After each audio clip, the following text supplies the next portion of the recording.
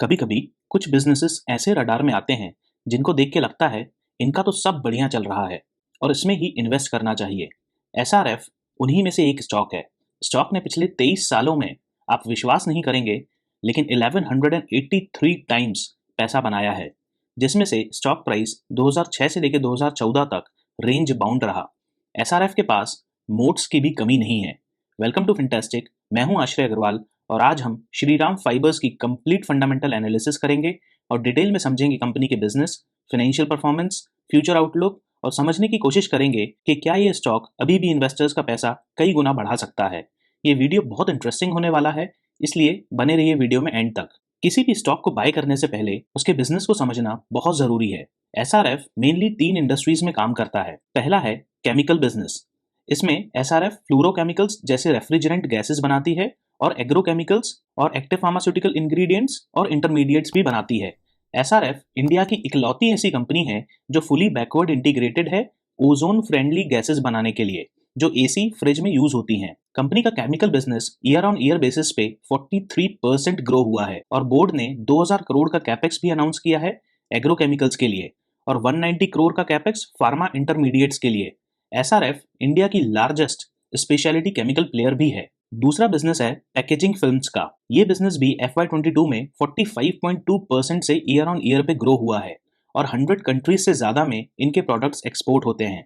Company ने 425 करोड़ का capex भी एलोकेट किया है एल्यूमिनियम फॉइल की फैसिलिटी के लिए, जो अगले 20 महीने में ऑपरेशनल हो जाएगी। BOPP फिल्म की भी एक न्यू लाइन अंडर कंस्ट्रक्शन है जो नेक्स्ट क्वार्टर तक ऑपरेशनल हो जाएगी। तीसरा बिजनेस है टेक्निकल टेक्सटाइल का। टेक्निकल टेक्सटाइल्स वो होते हैं जो फैशन के लिए नहीं बनाए जाते बल्कि किसी प्रोटेक्टिव वेयर या किसी स्पेसिफिक पर्पस के लिए बनाए जाते हैं। इसके अलावा कन्वेयर बेल्ट्स जो हैवी इंडस्ट्रीज जैसे स्टील, सीमेंट, कोल, पावर इंडस्ट्रीज में यूज होती है। पॉलिएस्टर फैब्रिक्स भी इसमें आते हैं। कंपनी का ये फर्स्ट बिजनेस था जब इन्होंने नायलॉन फैब्रिक से स्टार्ट किया जो टायर्स की लाइनिंग में यूज होता है। इस बिजनेस में भी शानदार परफॉर्मेंस दिया। FY22 में इसमें ईयर ऑन ईयर बेसिस पे 68% का जंप देखने को मिला। कंपनी के कुछ और भी बिजनेसेस हैं जैसे कोटेड फैब्रिक्स और लेमिनेटेड फैब्रिक्स जो एडवर्टाइजमेंट में यूज होते हैं, बड़े वाले फ्लैक्स या क्रिकेट ग्राउंड को कवर करने के कवर्स। इसमें भी कंपनी मार्केट लीडर है। कंपनी का करंट PE रेशियो 49 पे है जो कि ऑलमोस्ट मीडियम है 5 ईयर PE लेवल पे। रिटर्न ऑन इक्विटी 20% के आसपास की है और स्टॉक बहुत ही हाई बीटा स्टॉक है, तो इसका मतलब बहुत बड़े बड़े मूव्स स्टॉक मार्केट में ये स्टॉक लेता रहता है। फेस वैल्यू 10 रुपीज की है, प्राइस टू बुक वैल्यू 8.44 की है। सेक्टर का PE 47.65 है, तो इसके कंपैरिजन में स्टॉक थोड़ा सा ओवर प्राइस्ड है। चलिए कंपनी की मैन्युफैक्चरिंग का प्रेजेंस देखते हैं। तो कंपनी ने बहुत अच्छे से पूरे इंडिया को कवर किया है, थोड़ा सा ईस्टर्न पार्ट रह गया है। इसके अलावा कंपनी की टोटल 14 मैन्युफैक्चरिंग फैसिलिटीज हैं जो कि 4 कंट्रीज में है, इंडिया, साउथ अफ्रीका, थाईलैंड और हंगरी। स्क्रीन पे आप लिस्ट देख सकते हैं किस इंडस्ट्री की कौन सी फैक्ट्री किस लोकेशन पे प्रेजेंट है और most of the factories company की पोर्ट एरिया में भी प्रेजेंट हैं, जिसको ये बहुत अच्छी लॉजिस्टिक कनेक्टिविटी प्रोवाइड करती है। चलिए अब एसआरएफ का फाइनेंशियल ओवरव्यू पे एक नजर डालते हैं। एक्सपोर्ट्स कंपनी अभी 100+ कंट्रीज पे कर रही है। 4 कंट्रीज में ऑपरेशन है जैसे कि अपन ने ऑलरेडी देखा। 14 मैन्युफैक्चरिंग फैसिलिटीज हैं, 7000 से ज्यादा कंपनी के एम्प्लॉइज हैं। रेवेन्यूज पिछले साल के कंपैरिजन में 48% से इंक्रीज हुए हैं और डिस्ट्रीब्यूशन वाइज केमिकल से 42% रेवेन्यू आता है, पैकेजिंग से 38%, टेक्निकल टेक्सटाइल और अदर बिजनेसेस से 20%। EBITDA की अगर बात करें तो ये भी लास्ट ईयर के कंपैरिजन में 44% से इंक्रीज हुआ है और पैट लास्ट ईयर के कंपैरिजन में 58% से इंक्रीज हुआ है। चलिए अब एसआरएफ के सेगमेंट्स का परफॉर्मेंस देखते हैं। तो स्टार्ट करते हैं केमिकल बिजनेस से। फर्स्ट क्वार्टर ऑफ FY23 में ये 54% से रेवेन्यू इंक्रीज हुआ, जो कि एक मैसिव इंक्रीज है ईयर ऑन ईयर बेसिस पे। EBIT भी 134% से इंक्रीज हुआ, जो कि अगेन बहुत ही मैसिव इंक्रीज है। मार्जिन्स भी बहुत ही अच्छे नंबर्स पे यहाँ पे दिखाई देते हैं पिछले ईयर के कंपैरिजन में। कोविड और ऑटोमोबाइल इंडस्ट्री की स्लोडाउन की वजह से डोमेस्टिक डिमांड फ्लोरोकेमिकल्स की थोड़ी सी कम रही, लेकिन एक्सपोर्ट्स में कंपनी ने खूब पैसा कमाया।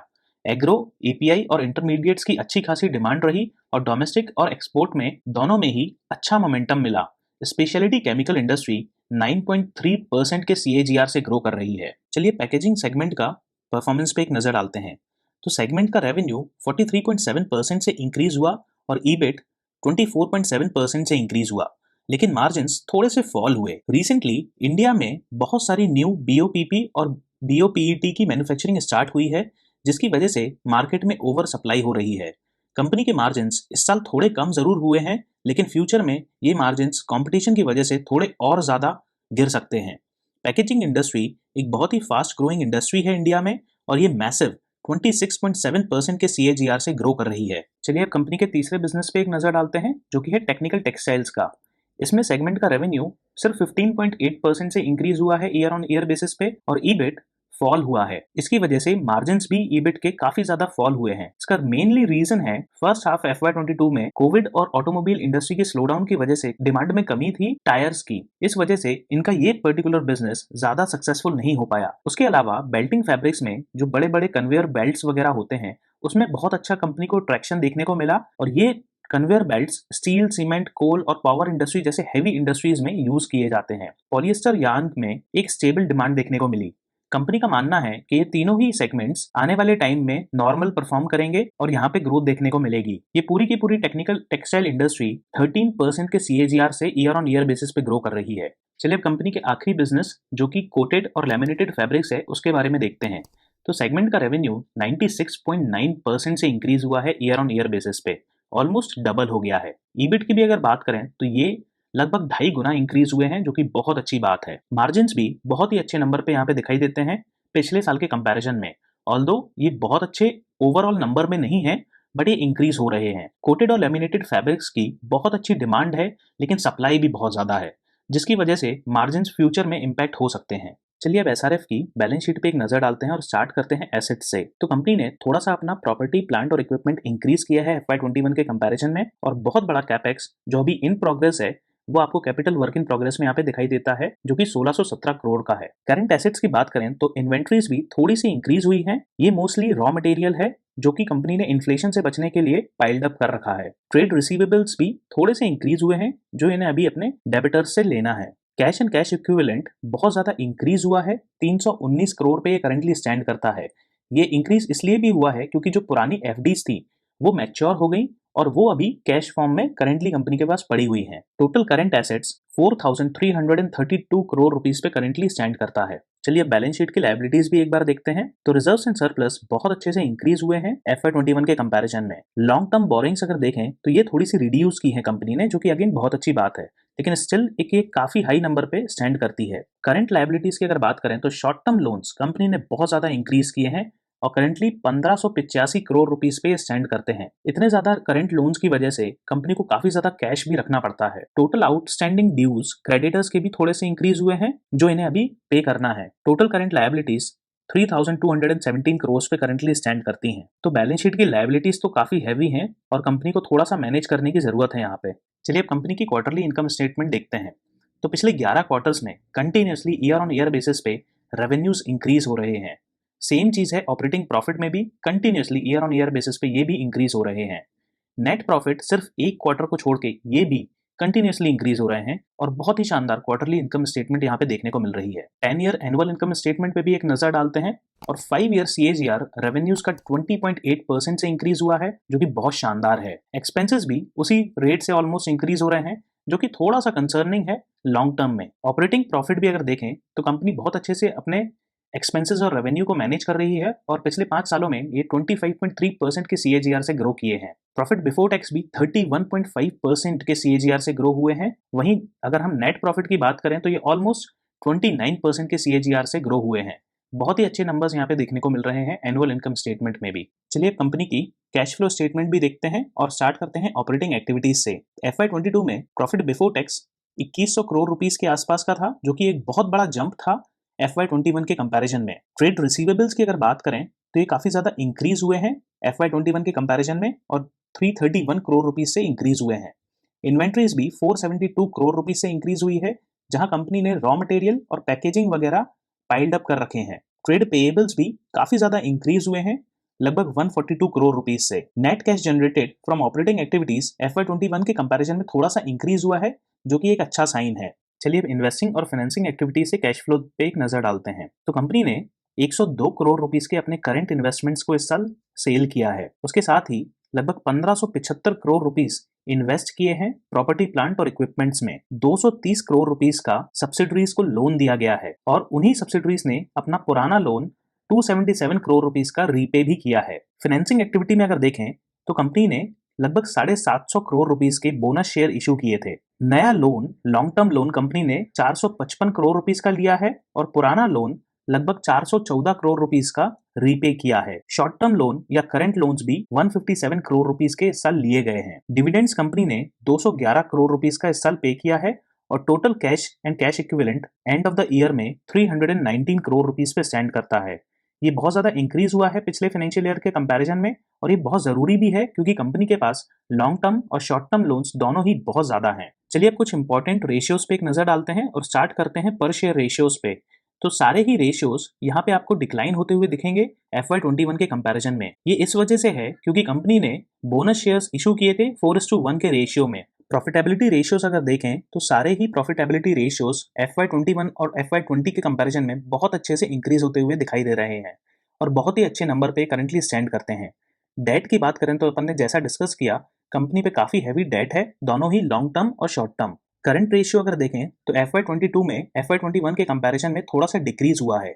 ये इस वजह से है क्योंकि कंपनी के पास लोन बढ़ गया है लेकिन कैश उतना ज्यादा नहीं बढ़ा। सेम चीज है क्विक रेशियो में भी, यहाँ पे भी ये थोड़ा सा डिक्लाइन होता हुआ दिखाई दे रहा है। इन्वेंट्री टर्नओवर रेशियो की अगर बात करें तो कंपनी अपनी इन्वेंट्रीज या माल पिछले साल के कंपैरिजन में ज्यादा जल्दी बेच पा रही है। कंपनी अपना नेट प्रॉफिट का लगभग 14% डिविडेंड में पे करती है और 85.94% वापस अपने बिजनेस में रिटेन करती है। Enterprise value currently 82,000 crore rupees पे स्टैंड करती है और EV बाय EBITDA काफी ज्यादा इंक्रीज हुआ है, 30.77 टाइम्स पे डिनोट करता है।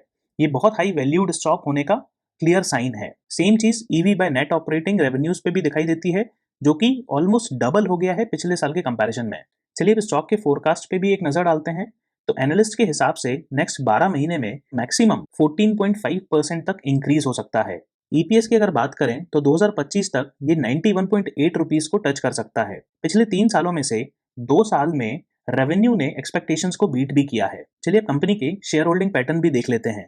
तो प्रोमोटर्स के पास 50.73% की शेयर होल्डिंग है जो कि एक मेजॉरिटी शेयर होल्डिंग है। FIIs के पास 19.21% की शेयर होल्डिंग है, काफी मैसिव शेयर होल्डिंग है FIIs के पास भी। और पिछले क्वार्टर के कंपैरिजन में FIIs ने थोड़ा सा अपना स्टेक डिक्रीज किया है। म्यूचुअल फंड्स की अगर बात करें तो उन्होंने अपना स्टेक इंक्रीज किया है और करेंटली 9.36% पे ये स्टैंड करता है। पब्लिक के पास 20.69% की शेयर होल्डिंग है। कंपनी के बोर्ड मेंबर्स की लिस्ट आप यहाँ पे देख सकते हैं और उनके ऑडिटर्स और बैंकर्स की लिस्ट भी यहाँ पे प्रेजेंट है। चलिए अब स्टॉक का परफॉर्मेंस देखते हैं NSE पे। तो जैसा कि मैंने स्टार्टिंग में बताया था, स्टॉक ने पिछले 23 सालों में 1100 से ज्यादा टाइम्स अपने इन्वेस्टर का पैसा बनाया है और ये करेंटली बहुत तेजी से ग्रो भी हुआ है पिछले 2-3 सालों में। इसने एक अपना बहुत स्ट्रॉन्ग बॉटम बनाया है लगभग 2000 के लेवल पे और एक बहुत ही स्ट्रॉन्ग रेजिस्टेंस भी है लगभग 2700 रुपए के आसपास का और इसी रेंज में ये अभी ट्रेवल कर रहा है। चलिए कंक्लूड करते हैं।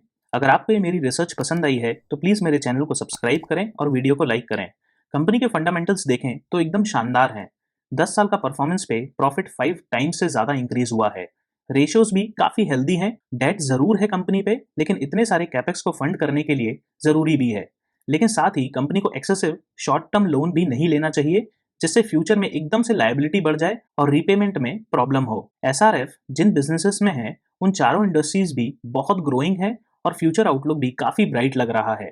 प्रॉब्लम में मुझे एक ही मेजरली दिखाई देती है, वो है कंपटीशन। इंडिया में पैकेजिंग और फाइबर की बहुत सारी इंडस्ट्रीज हैं और डिमांड से ज्यादा सप्लाई हो रही है और इतना ज्यादा कंपटीशन मार्जिन्स को इम्पैक्ट कर सकती है।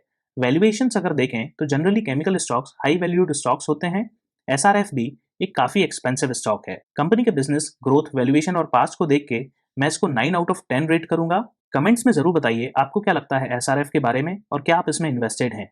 और अगर आपके कोई भी डाउट्स हैं तो प्लीज कमेंट करें। Thank you.